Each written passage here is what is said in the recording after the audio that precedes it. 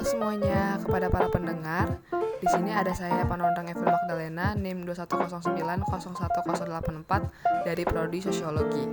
Saya akan menjelaskan terkait tugas UAS Teknik Analisis Gender dengan membawa topik yaitu Strategi Kebijakan Gender Analysis Pathway atau GAP untuk meningkatkan keterwakilan perempuan dalam politik. Adapun dosen pengampu dari mata kuliah ini yaitu Ibu Dr. Harmona Daulay. Baik, di sini sebelum masuk ke pembahasan, saya akan menjelaskan dulu yang pertama, apa itu metode Gender Analysis Pathway. Nah, metode ini merupakan suatu pendekatan gender yang dapat digunakan untuk membantu para perencana melakukan pengarusutamaan gender dalam perencanaan kebijakan atau program atau kegiatan pembangunan. Dengan menggunakan ini, para perencana kebijakan atau program atau kegiatan pembangunan nantinya dapat mengidentifikasi kesenjangan gender dan permasalahan gender serta menyusun rencana kebijakan atau program atau kegiatan pembangunan yang ditujukan untuk memperkecil atau menghapus kesenjangan gender tersebut. Oke, setelah kita tahu apa itu metode Gender Analysis Pathway, kita masuk ke pembahasan selanjutnya yaitu latar belakang dari adanya topik pada kali ini. Yang pertama di sini kita perlu tahu dulu bahwa politik bukan hanya dilakukan oleh kalangan politisi saja atau pemerintah atau para birokrasi. Namun, politik juga bisa dilakukan oleh semua lapisan masyarakat, baik itu laki-laki dan perempuan. Namun, pada kenyataannya, representasi perempuan dalam bidang politik dapat dikatakan masih jauh dari harapan. Hal ini bisa kita lihat di negara kita sendiri, di mana perempuan yang terjun dalam dunia perpolitikan masih terbelenggu dengan latar belakang, budaya patriarki, dan perbedaan gender.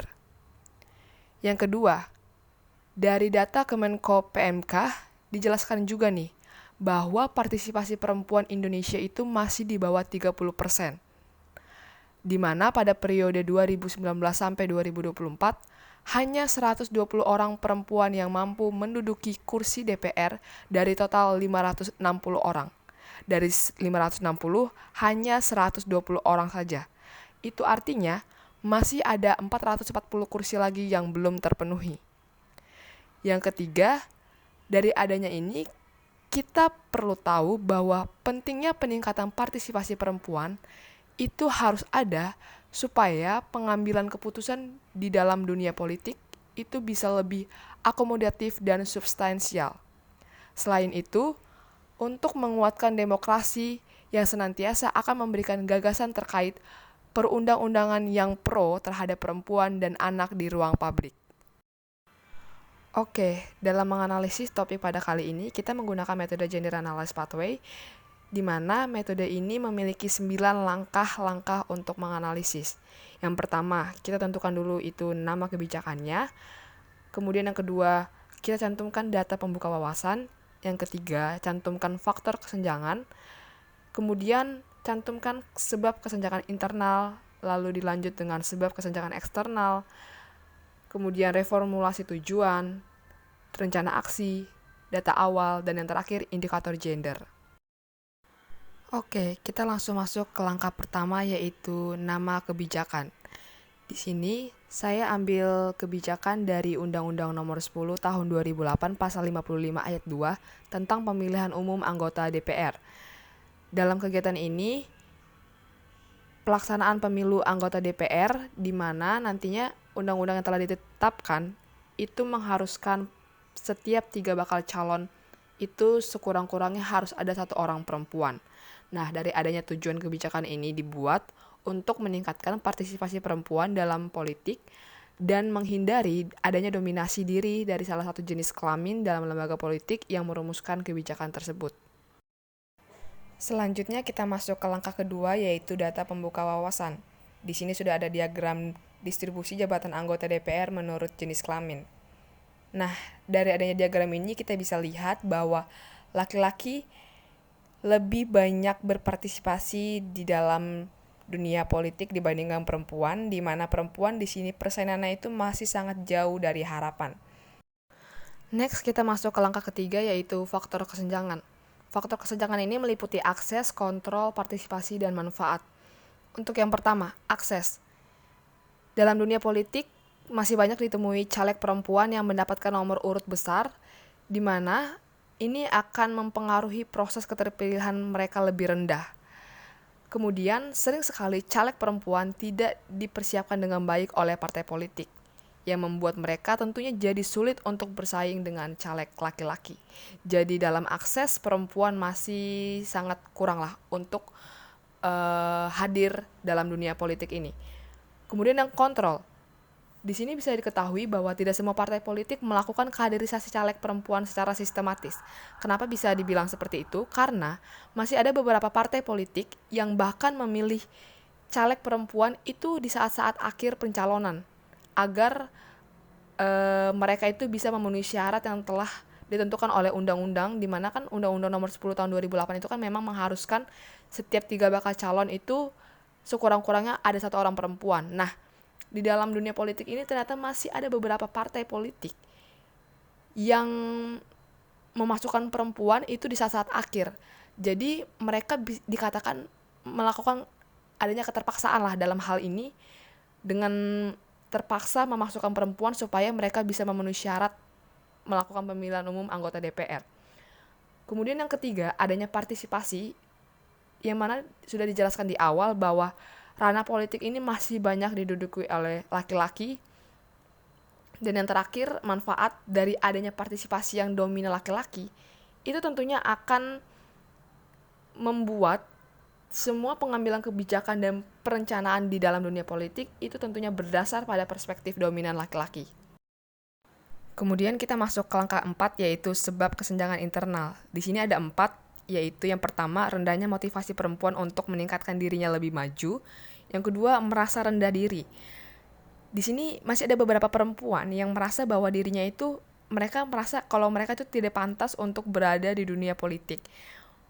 Ini mungkin didukung juga karena masih adanya rendahnya pendidikan yang membuat keterbatasan wawasan dan kemampuan yang mereka miliki, sehingga membuat mereka jadi tidak percaya diri untuk berada di dalam ranah politik yang tentunya bisa ketemu dengan banyak orang yang lebih memiliki status pendidikan yang lebih tinggi dibanding mereka. Kemudian yang keempat, yaitu adanya kurangnya pemahaman internal dalam partai politik sendiri terkait dengan pentingnya keterkaitan perempuan dalam politik. Dan yang terakhir, kesenjangan internalnya itu di mana masih ada beberapa partai politik yang tidak mendukung kesetaraan gender. Kemudian kita masuk ke langkah 5, yaitu ada sebab kesenjangan eksternal. Di sini ada 2, yaitu budaya patriarki dan labeling.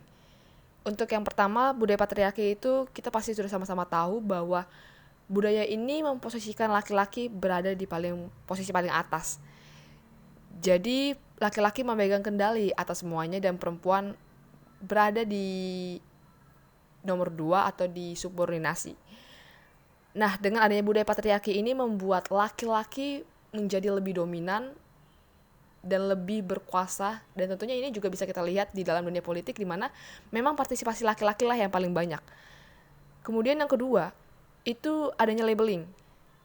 Dimana kita tahu bahwa masyarakat ini kan memberi labeling kepada wanita bahwa wanita atau perempuan itu tuh lebih baik berada di sektor domestik.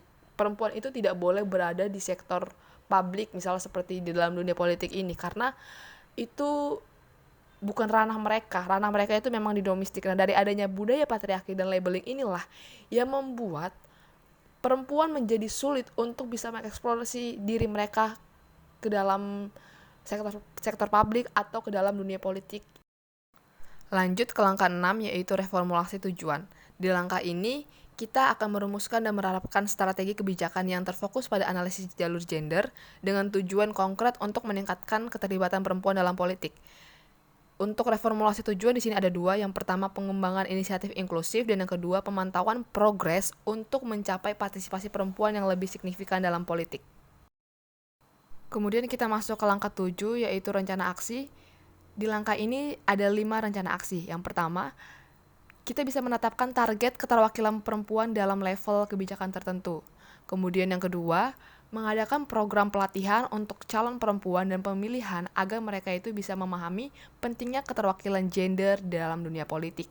Yang ketiga, bisa melakukan kampanye kesetaraan gender untuk dapat meningkatkan kesadaran masyarakat, di mana tentunya dalam hal ini perlu atau harus adanya keterlibatan kelompok masyarakat untuk dapat mendukung keterwakilan perempuan dalam dunia politik. Kemudian yaitu yang keempat, memastikan partisipasi perempuan dalam proses pergantian keputusan strategis. Jadi dalam setiap pengambilan keputusan atau penentuan kebijakan, perempuan itu bisa dilibatkan. Dan yang terakhir, adanya pengakuan secara publik terhadap kontribusi perempuan di politik. Yang dimana kita bisa membuat sistem penghargaan untuk dapat mendorong partisipasi perempuan yang lebih luar biasa.